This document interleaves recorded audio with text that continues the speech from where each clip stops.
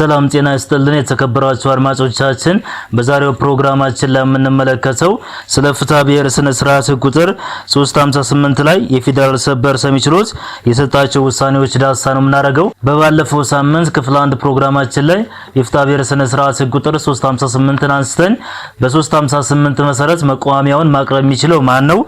በማን በኩል ያቀርባል? መቼ ነው የሚያቀርበው? ካቀረበ በኋላ ስነ ስርዓቱና ውጤቱ ምንድነው የሚሉት ነገሮች ጠቅልል አድርገን እንደተወያየን ታስታውሳላችሁ።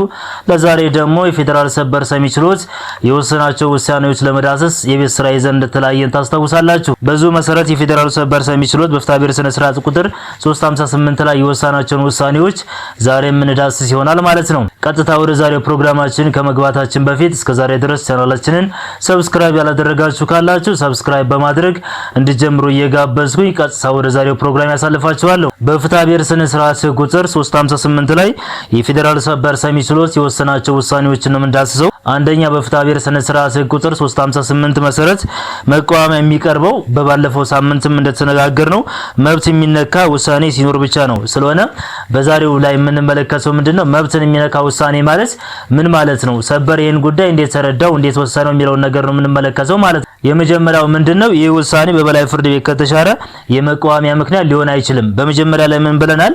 መቋሚያ ለማቅረብ በፍትሐ ብሔር ስነ ስርዓት ቁጥር 358 መሰረት መቋሚያ ለማቅረብ መብት የሚነካ ውሳኔ ሊኖር ይገባዋል ማለት ነው። ይህ ውሳኔ በበላይ ፍርድ ቤት የተሻረ ከሆነ መብትን የሚነካ ውሳኔ ኤግዚስት ያደረገ ውሳኔ የለም ማለት ነው።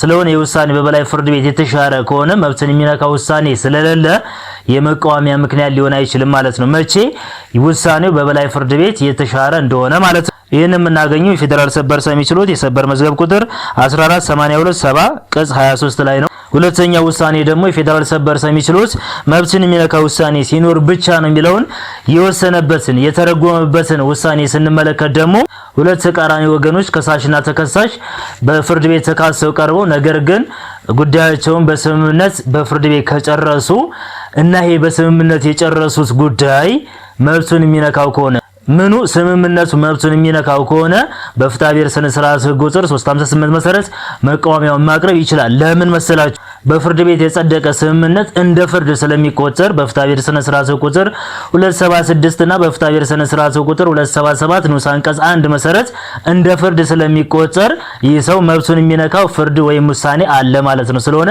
በፍትሐ ብሔር ስነ ስርዓት ቁጥር 358 መሰረት መቋሚያውን ማቅረብ ይችላል። ይህን ውሳኔ የምናገኘው በፌዴራል ሰበር ሰሚ ችሎት የመዝገብ ቁጥር 114623 ቅጽ 20 ላይ ነው ማለት ነው። ሁለተኛው የፌዴራል ሰበር ሰሚ ችሎት በፍትሐ ብሔር ስነ ስርዓት ቁጥር 358 ላይ ከዘረዘርናቸው ጉዳዮች መካከል ትርጓሜ የሰጠበት የትኛው ፍርድ ቤት ይቅረብ የሚለውን ጉዳይ ነው። በዚህ ጉዳይ ላይ ህጉ በባለፈው ሳምንትም እንደተነጋገርነው የመቋሚያ ማመልከቻ መቀበልና የሆነ ነገር ማለትም ማጽደቅ፣ ማሻሻል፣ መለወጥ ወይም መሰረዝ የሚችለው ጉዳዩ መጀመሪያ ያየው ፍርድ ቤት ነው። ይህ ማለት ምንድነው? ከሳሽና ተከሳሽ የተካሰሱበት ፍርድ ቤትና በእነሱ ላይ ፍርድ የሰጠው ፍርድ ቤት ላይ ነው ጉዳዩ መቅረብ ያለበት። ምኑ በፍትሐ ብሔር ስነ ስርዓት ቁጥር 358 መሰረት የሚቀርበው መቋሚያ ብለን ነበረ። ስለሆነ በዚህ ጉዳይ ላይ ፌዴራል ሰበር ሰሚ ችሎት የቀረበው ጉዳይ ምንድን ነበረ? ውሳኔውን የሰጠው የቀበሌ መሬት ኮሚቴ ነው። ስለሆነ የመሬት ኮሚቴው በሰጠው ውሳኔ ላይ ራሱ መቋሚያውን ተቀብሎ መወሰን አለበት ወይስ የለበት የሚለው ላይ የፌዴራል ሰበር ሰሚ ችሎት ውሳኔ ሲሰጥ ራሱ የቀበሌው መሬት ኮሚቴ ተቀብሎ ውሳኔ መስጠት አለበት ብሎ ወስኗል። ምክንያቱም በ358 መሰረት የሚገባውን ሰውዬ መብትና ጥቅም የሚነካ ውሳኔ የወሰነው የመሬት ኮሚቴው ስለሆነ የመሬት ኮሚቴው ጉዳዩን ተቀብሎ ተገቢውን ውሳኔ መወሰን አለበት ብሎ ውሳኔ ሰጥቷል ማለት ነው። ይህን ውሳኔ የምናገኘው የፌዴራል ሰበር ሰሚ ችሎት የመዝገብ ቁጥር 131832 ቅጽ 22 ላይ ነው ማለት ነው። ሶስተኛውና የመጨረሻው በፍትሐ ብሔር ስነ ስርዓት ቁጥር 358 ላይ የፌዴራል ሰበር ሰሚ ችሎት የወሰነው ውሳኔ ዳሳችን የምንጨርስበት ምንድነው? በ358 መሰረት መቋሚያውን የሚያቀርበው ሰውዬ ምን ይጠበቅበታል የሚለው ነው የምንመለከተው። ይህ ሰውዬ መቋሚያውን በሚያቀርብበት ጊዜ በቅን ልቦና ሊሆን ይገባዋል ማለት ነው። 358 መቋሚያ የተዘጋጀው የፍርድ ቤቱን ጊዜ ጉልበትና ሀብት ለመበዝበዝ አይደለም። በተቃራኒው በሌለበት መብቱ የተነካን ሰውዬ መብቱን ለማስጠበቅ የተቋቋመ ድንጋጌ ነው። ስለሆነ በአንድ ክርክር ላይ ክርክሩ መጀመሩን ያወቀ ወገን የክርክሩ ውጤት ጠብቆ መብቱን የሚነካው መሆኑን ሲያረጋግጥ በፍትሐ ብሔር ስነ ስርዓት ቁጥር 358 መሰረት መግባት መብት ይሰጠዋል ማለት አይደለም። ይህ ማለት ምንድነው? ሰውየው ክርክር እየተደረገ እንደሆነ አውቋል። ነገር ግን በክርክሩ ላይ ለመግባት አልፈለገም።